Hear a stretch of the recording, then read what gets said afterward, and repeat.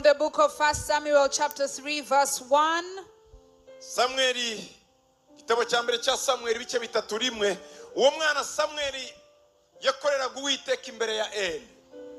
Kandi muri iyo minsi ijambo ry'Imana ryari ingume, nta kwerekwa kwari kweruye. Now the boy Samuel ministered to the Lord before Eli, and the word of the Lord was rare in those days. There was no widespread revelation. Hari ibimenyetso bitabesha. There are some signs that speak the truth. Hari ibimenyetso biza ugahita umenya ibikurikira. And when you see these signs, you can immediately tell what is about to happen. Hari ikintu iyo cyenda kugeraho ubyumva muri wowe. There are things when they're about to happen to you, you feel it. Iyo umubyeyi yenda kubyara agira ibise. An example, when a woman is about to give birth, she will go in labor. Hari ibimenyetso rero bigaragaza ko ijuru n'isi byahukananye bitagikorana. There are signs, therefore, that show us that the heavens and the earth are disconnected.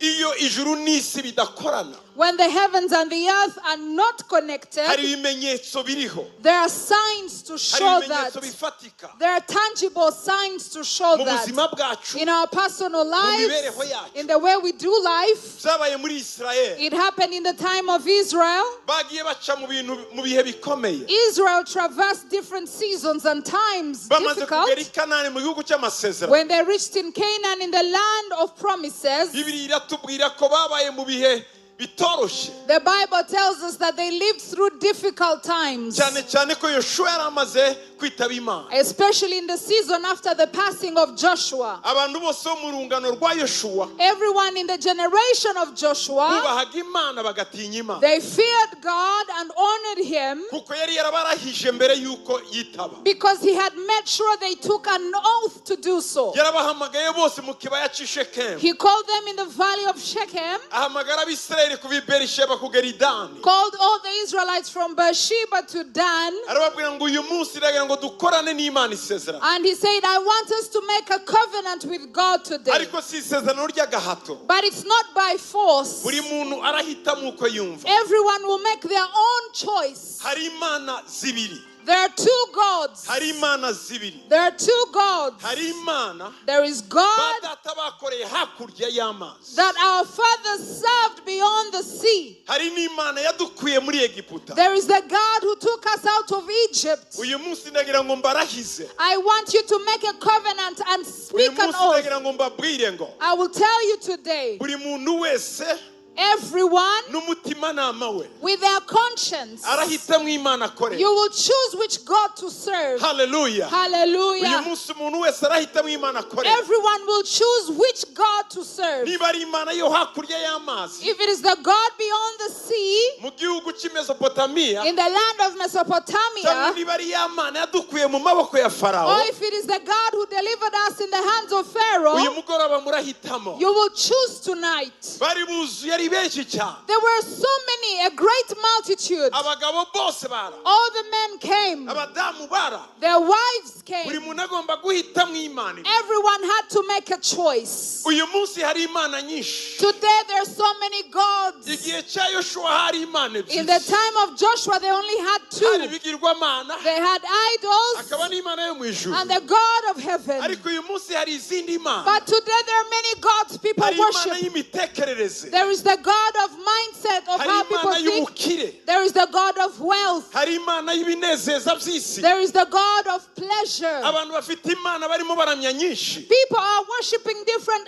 idols now. Ntabwo muzababona bari munsi y'ibiti. You will not see them in Abandi shrines. bararamye bareba ukwezi. You will not see them worship the moon Abandi bareba izuba. or worship the sun. Biragoye It's hard to see kubabona abo them. bantu. To see them do Ariko that. Imana ziri mu bwenge bw'abantu. But gods have been established in the minds of Mu men. myumvire y'abantu. In the mindsets of Mu men. mitekerereze In y'abantu. the thinking of men. Abantu bafite uko bayifata. People have a way they see God. Abantu barashakisha ibintu ku ngufu. People are seeking for wealth by force. Ibintu byabaye Imana yabo.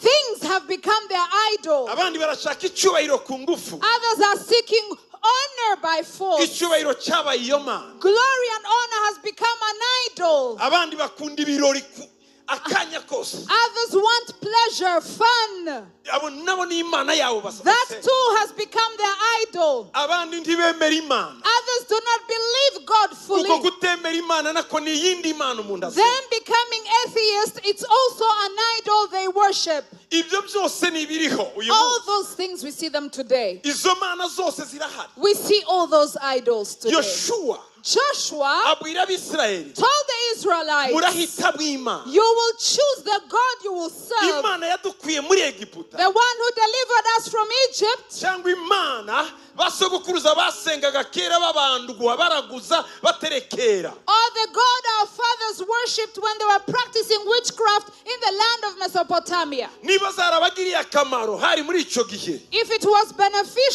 beneficial then. ariko hari ibimenyetso bitabesha tugenda tubona ingaruka zabyo mu buzima bwacu But there are irrefutable signs that will show us consequences in our lives. si rimwe si kabiri iyo dusengera abantu imyuka iravuga ngo ngewe na sekuru twakoranye ibihango baraterekeraga bakabandwa niyo mpamvu uyu munsi hari ibyago muri uru rugo ibyo ni ibimenyetso bitabesha This hasn't happened only once, it has happened to us many times when we pray for people and deliver them, and demons speak and say we have a covenant with their ancestors that they will serve these gods. imana ntikunda umuntu yiharika God doesn't like us to cheat on him. kuyishyiraho ikindi kintu When you choose to cheat on him with something else, yarakwemera kubumbirwa imitekerereze n'ibitekerezo he created you and took your mind and your thoughts. itegura ubuzima bwawe He planned your life. iravuga ngo ndumparike And he said, do not cheat on me. ntushyireho akandi kamana Do not have other idols next kuko to me. ubuzima n'urupfu biri mu maboko yanjye Because life and death are in my hand. imana ishobora guhinduka ukuboko kwayo ubuzima bwawe bukagenda God can turn his hand and your life ends. ariko kubw'impuhwe yayo imana irifuza kubanza kugarura ubwenge bwawe ukamenya ko ari imana y'ukuri But by his mercies, he wants you to come back to your senses and know that he is the true living God. imana ishimwe cyane Praise igihe Jesus. cya yoshuwa In the time of arababwira Joshua, ngo murahitamo he said, you will choose whom you will uwo serve. munsi yoshuwa arababwira ngo And Joshua told them, baterekanye mbabanzirize mbabwire let me choose before you. nimuramuka muhisemo izindi mana If you choose other gods, yewe n'umuryango wanjye I and my house, tuzakorera we uwiteka will serve the je Lord. n'umuryango wanjye I and my house, twahisemo we uwiteka chose God. uko bigenda kose Any way it turns out, twasigara turi twenyine whether we stay alone, hamwe n'imana turi benshi but with God we are the kandi multitude. tudukeneye bwinshi We don't need many things. dukeneye kugira umutima We utunganye just need a pure heart, umutima ushima a heart that is umutima grateful, uzamura a heart that lifts Him, umutima umenya a heart that aho recognizes navuye where you came aho from, ngeze where you aho are today, ndimo njya and where you're going. umutima umenya ko A heart that mfite urugo recognizes kubera imana I am who I am because of mfite abana God. kubera I imana have my marriage, my mfite children, abuzukuru kubera my imana grandchildren. mfite abagenzi kubera I imana have friends. mfite inshuti kubera I imana have friends because of umutima God. umenya ko A heart that buri ntambwe acknowledges y'ubuzima bwawe that in the journey of my ari life, igitangaza cy'imana there is the miracles of God. kuryama kwanjye My ni sleeping, igitangaza it is a cy'imana miracle. kubyuka kwanjye My rising up igitangaza is cy'Imana. a miracle. kurya kwanjye My ni eating igitangaza is a cy'imana miracle of kwambara God. kwanjye My ni dressing igitangaza is a cy'imana miracle of kuvuga God. kwanjye My ni speaking igitangaza is a cy'imana miracle of kureba God. kwanjye My ni sight igitangaza is a cy'imana miracle of gukorakora God. My kwanjye ni touch igitangaza is a cy'imana miracle of God. guhumeka My ni breathing igitangaza is a cy'imana miracle of njyewe God. n'umuryango I wanjye and my house, tuzakorera iyo we mana therefore serve God. haleluya Hallelujah. njyewe n'umuryango wanjye I and my house, tuzakorera iyo mana we therefore serve Him. amen Amen. abisirayeli babyumviye When the Israelites heard this, ngo bose they all barasinya made a covenant baravuga ngo natwe and said, we tuzakorera uwiteka will serve the Lord. natwe We tuzakorera will uwiteka serve the uwo Lord. munsi Today, imana ikorana irindi sezerano na isirayeli that day, God made a new covenant with Israel. ryari isezerano rya kabiri bakoze It was the second covenant with them. irya mbere barikoze bambutse bose bari i Gilugari The first they made in Gilgal when they had crossed, igihe bakebaga abahungu when bose they circumcised all the young bari men. bakoze isezerano ridakuka They had made a covenant, a lasting covenant with God. yoshuwa amaze gusaza When Joshua aged, atagifite imbaraga when he was weak, arongera arabarahiza he made sure they swore baravuga ngo again. And they said, we will serve the Lord. We will serve the Lord. So the Bible tells us that in the time of Joshua, they feared God.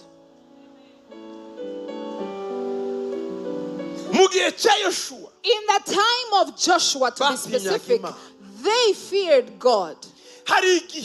There is a time that was in this nation where people feared God. That was the revival of Gahini in this country. The revival of Gahini didn't just happen in Rwanda. It went to Uganda. It went to Kenya. It went to Burundi. It went to Congo. Went all the way back to the UK.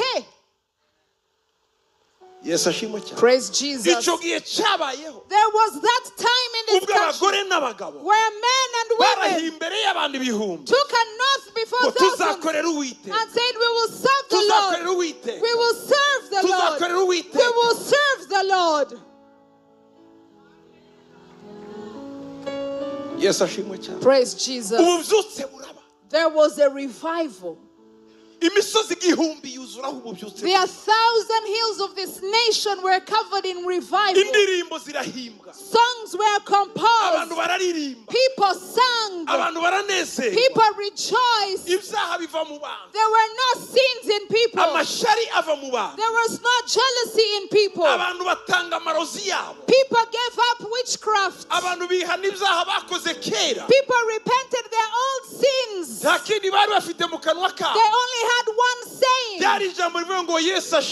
were saying, praise Jesus, praise Jesus. May the glory be upon the Lamb of God. And may we praise His name. We praise Jesus.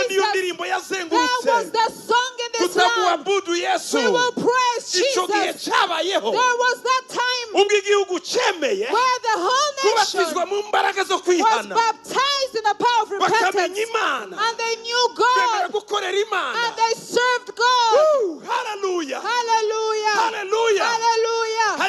Then there was another time when people forgot God.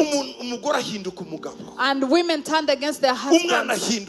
Children turned against their fathers. Siblings turned against siblings. Neighbors turned against neighbors. There was that time. There was that time where people forgot their God. They forgot the covenant they made with Him. They practiced the pagan sacrifices and customs. Where there was the spirit, there was religion. Where there was revelation, they practiced religious customs. And now the names that were written, they were written in church books. Instead of their names being written in the book of life in heaven, they were written in church books. Those times were where we had buildings, we had churches, but the Spirit had left. The Spirit of God had left the building because there is no Spirit of God that was in His house. It was easy for people to go back to the cold times. When people don't have Jesus, they walk in the flesh. When you don't pray, the old habits rise. When you don't seek God, you seek other things. ni ikintu gikomeye kiyokipa ubuzima bwacu. Iyo tugiteye umugongo gato ibindi byinshi biokipa ibitekerezo byacu. God is a big thing that occupies our lives, and when we turn our backs against Him, other things come in our lives. Iyo umuntu yirengagije Imana gato rukuruzi y'isi imukurira mu bindi. The moment you turn away from God, you get attracted to the things of this world. Kandi biroroshe cyane kunyerera. And it is so easy to backslide. Kuko tugendera ku butaka bunyerera. Because we walk on a murky ground. Ico gihe cyabayeho. It's slippery. Ubwo igihugu cyuzuye umuborogo. There was a time this nation was full of tears. Why? As a church goes, a nation goes.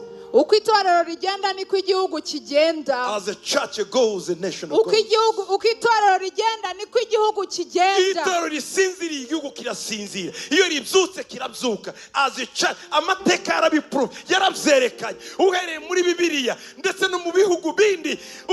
Uko itorero ryifashe niko igihugu cyifata. History has shown us that the nation will follow the rhythm of the church. As the church goes, the nation will follow. Zaburi iravuga ngo The Psalms will tell us bakuramye that let them worship ngo you kugira ngo ubutaka bwabo bweze imyaka. so that their land will bear fruit. Bakuramye Let them worship kugira ngo you abami babo bakomeye. so that their kings will be strong. Uko turamya As we worship, niko iyindi misozi ikomera. other mountains are Iyo empowered. umusozi w'itorero ukomeye, If the mountain of the church umusozi is wa strong, politiki urakomeye, the mountain of politics umusozi is strong, w'ubucuruzi the urakomeye, mountain of business is umusozi strong, the w'itangazamakuru mountain urakomeye, of media is strong, umusozi w'imyidagaduro the urakomeye, mountain of entertainment is strong, umusozi w'uburezi the urakomeye, mountain of education is strong, umusozi w'umuryango the urakomeye. mountain of the family Iyo is strong. itorero rya Kristo When the church of rihagaze ku Christ musozi Siyoni, stands on Mount hejuru Zion y'indi misozi yose, over other mountains, abakene baho barahaga, the poor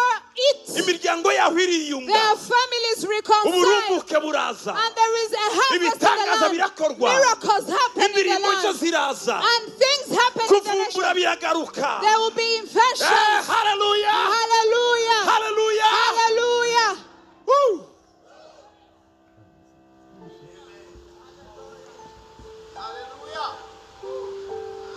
Bwana asifiwe sana. Praise Jesus.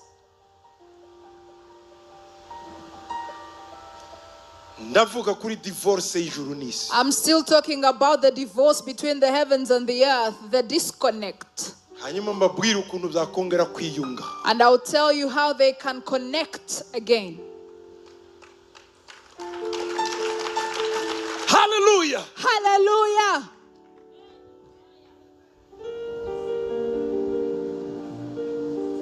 Yesu ashimwe cyane. Praise Jesus.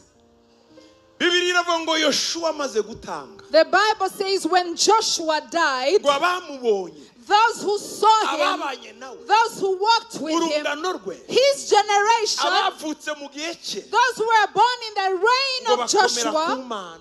they stood firm with God. Bakomera ku Mana. They stood firm in God.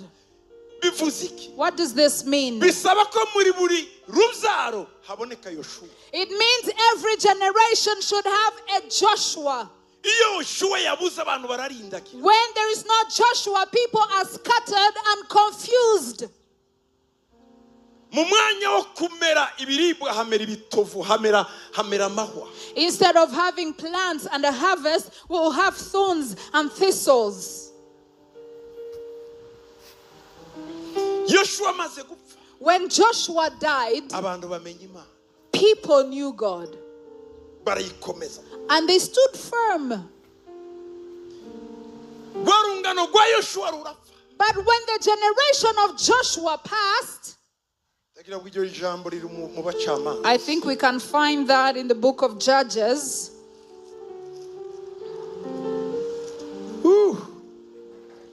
Hallelujah. Hallelujah. Ku murongo wa mbere, igice cya mbere ku murongo wa mbere. Judges 1 verse 1. Yoshua amaze gupfa, Abisirayeli babaza Uwiteka bati, muri twe ninde uzabanza gutera abanyakanani kubarwanya? Yoshua yarapfuye. Umuntu ndabaho iteka ryose. Yoshua yarapfuye. Igihe cyose umuntu agira igihe yavukiye n'igihe arangiriza. Now after the death of Joshua, it came to pass that the children of Israel asked the Lord, saying, who shall be first to go up for us against the Canaanites to fight against them? I want us to underline after the death of Joshua. Joshua died. There is a time to live and there is a time to die. When you read chapter 2 of Judges, chapter 2 of the book of Judges, Joshua has died.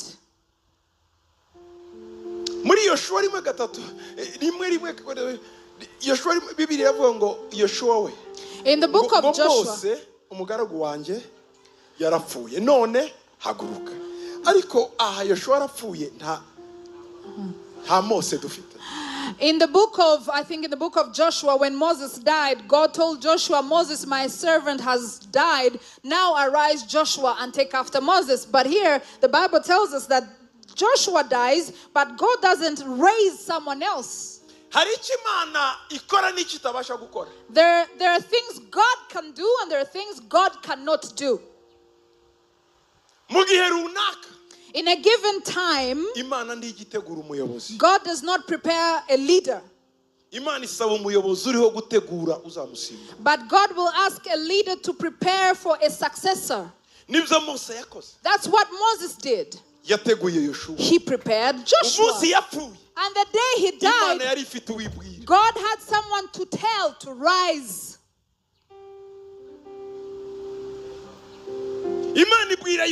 So God tells Joshua, Moses has died. In other words, he left you for me. Are you listening to what I'm saying? Moses left you for me. Now I can tell you to rise. Now in the time of Joshua, we have read Joshua died, and the Israelites had no one to lead the battle. They went to ask God.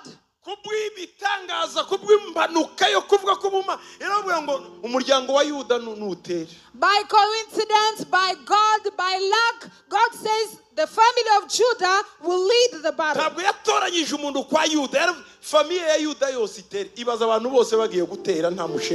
God did not choose someone from the house of Judah. He says the whole family of Judah got to war, lead. Imagine this. So Judges chapter 2. Joshua has died, right?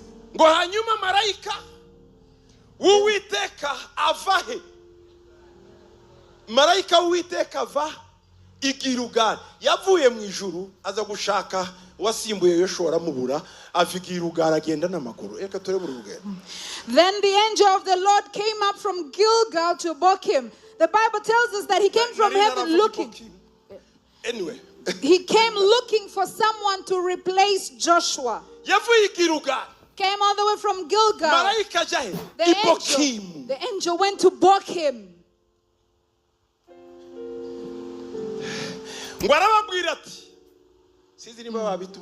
And said, can we have that on the screen?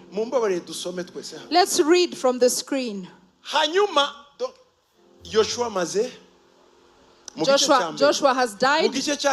Chapter 1, chapter 2. There is an emergency. There is an emergency. The heavens are thinking, what shall we do? No one replaced Joshua. What are we doing with Israel? God sends an angel and says, go quickly. And the angel thinks, what will I do? I'm a spirit. He says, I'll create a body for you. I will lend a body. Because the angel cannot dwell in the flesh. When angels take when angels take on the flesh of humans, it's like torture. They feel pain in the flesh.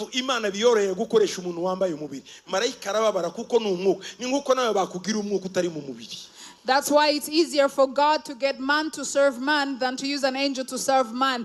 The same applies with you being in the spirit. It's too intense for you.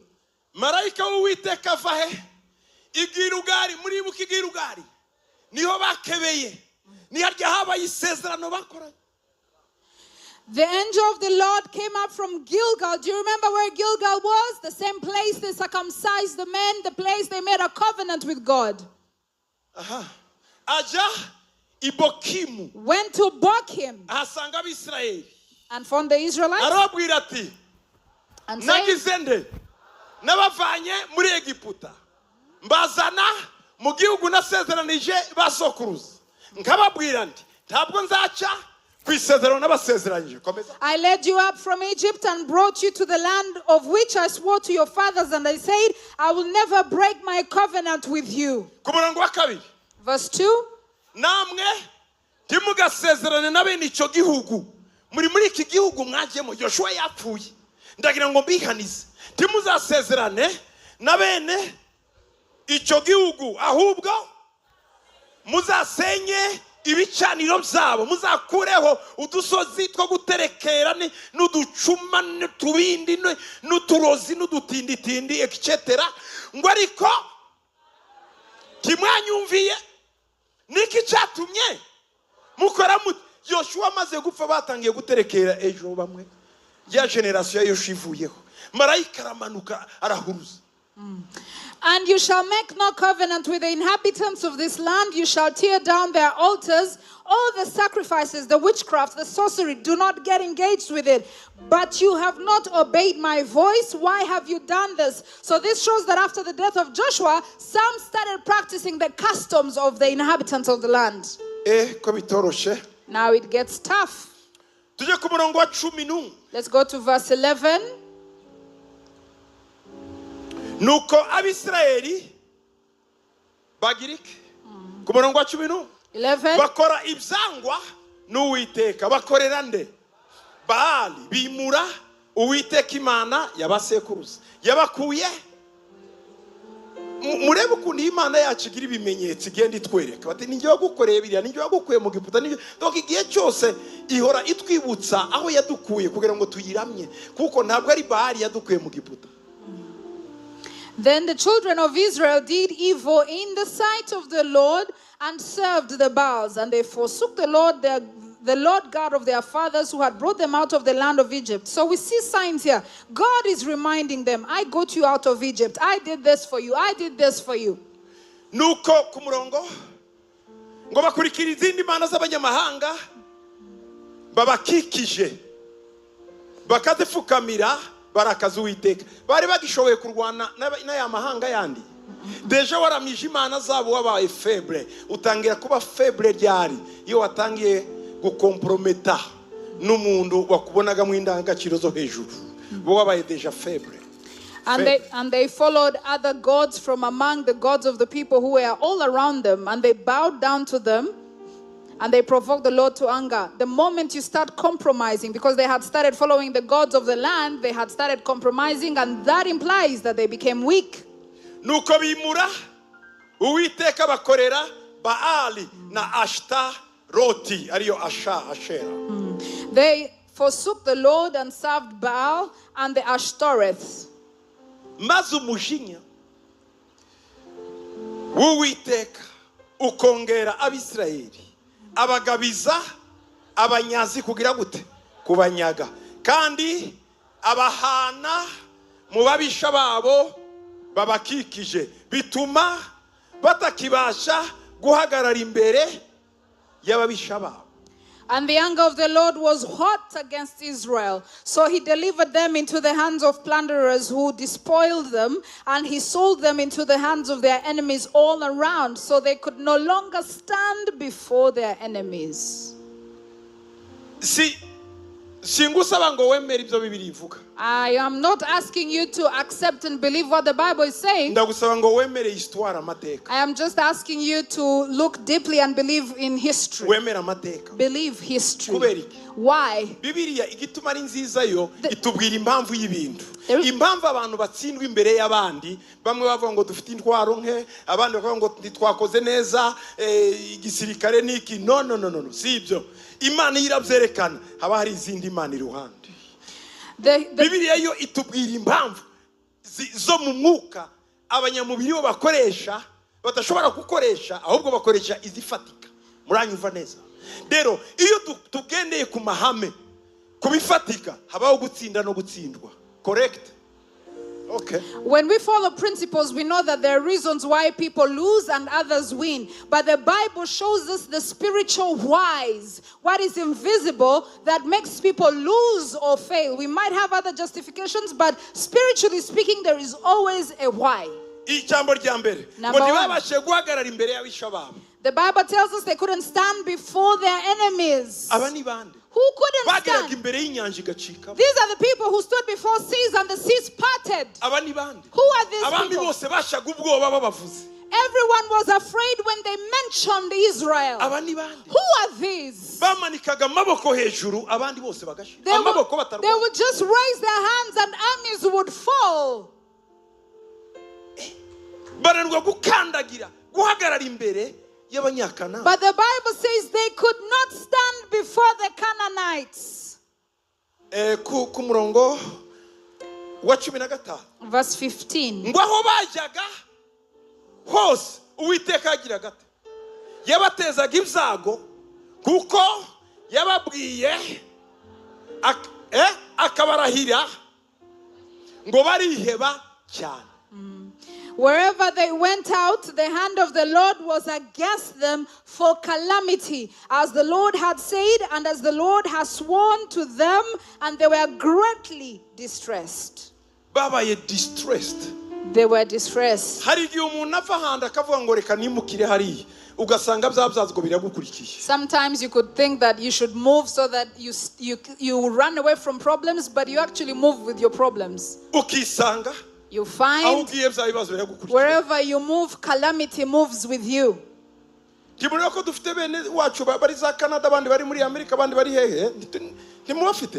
Don't we have relatives who live in the diaspora, right? biteye ubwoba ugabaza ariko ngewe ndi muri Amerika ndi muri Canada uziko nabuze n'amafaranga yo gushira muri Caribbean hariya bose barakora ariko bwa bukene bw'iwabo yavanye Nyamyumba buracyari no muri Canada ni bwabo. They have moved, they don't live in Rwanda anymore, they live in the diaspora, but they will go broke. And I want you to know that everyone in the West works and they work hard, but they go broke and can't find money to buy gas. And what is the reason? The poverty from where they were born in Nyamyumba or wherever they came from, all the way to the US, to Canada, they carry it with them. Hari igihe ubitekereza umuntu yabikubwira ko ukabona ibintu birakomeye kandi wareba ukasa akavuga ati si ubuzima bwanjye ni bwa bundi batari ko biwaciyo bazi ngo nara. And they will tell you, people think I am living a wealthy life here. My family back home thinks I live a wealthy life, but I live the exact same life as what I lived when in Africa. None ibyo wambwira ngo niki? How do you justify that? Hari ibintu bitari correct. There are things that are not correct. Kabiri ku murongo wa 10 tuje kuri kabiri ku murongo wa 10. Let's go to 2 verse 10.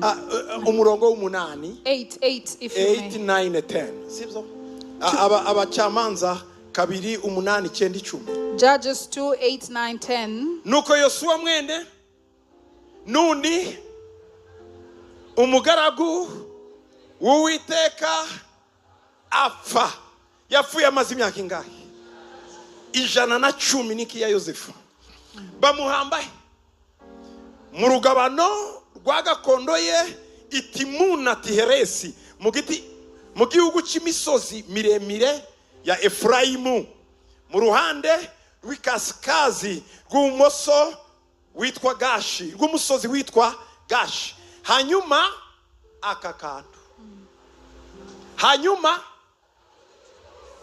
abico gihe bose urungano rwe rwose bagira gute nabo barapfa basanga abona urungano rwa Yoshua nabo barakurikiye bagenda bapfa. Point akadomo. Abo bagira gute bakurikirwa n'abana ba .com abana bo bakurikirwa n'aba .com abantu bari kuri za mudasobwa niki abo bakurikirwa n'abikindi gihe bakura batazi Imana haba no kumenya imirimo yakoreraga Abisirayeli. Now Joshua the son of Nun, the servant of the Lord, died when he was 110 years old, the same age of Joseph, and they buried him within the border of his inheritance at Timnath-Heres in the mountains of Ephraim on the north side of Mount Gash. Verse 10, I want us to underline verse 10. When all that generation had been gathered to their fathers, That generation. another generation arose after them, who did not know the Lord, nor the work which he had done for Israel. Hari ibintu bibiri batamenya aba bana. These children didn't know two things. Ntibamenye Imana, They didn't know the ntibamenya Lord n'imirimo yayo. and the work he had done for Israel. Hari basi n'utayimenya ariko akamenya ngo niyo yatumye mama abyara. There are those who may not know God but acknowledge that he gave their mother the way to give birth. Hari igihe nkunda kuganira n'abantu mu ndege cyangwa se aho ngiye b'abazungu. I like to discuss with people I meet on the flight and places I go to, Caucasian people. Cyane cyane mbanganisha kuri Yesu. And I tend to be leading conversations to Ikintu Jesus. nasanze bagira. One thing I have found about Iyo them, mubwiye when you tell them, aravuga ngo Imana sinyemera ngo ariko grandpa sogokuru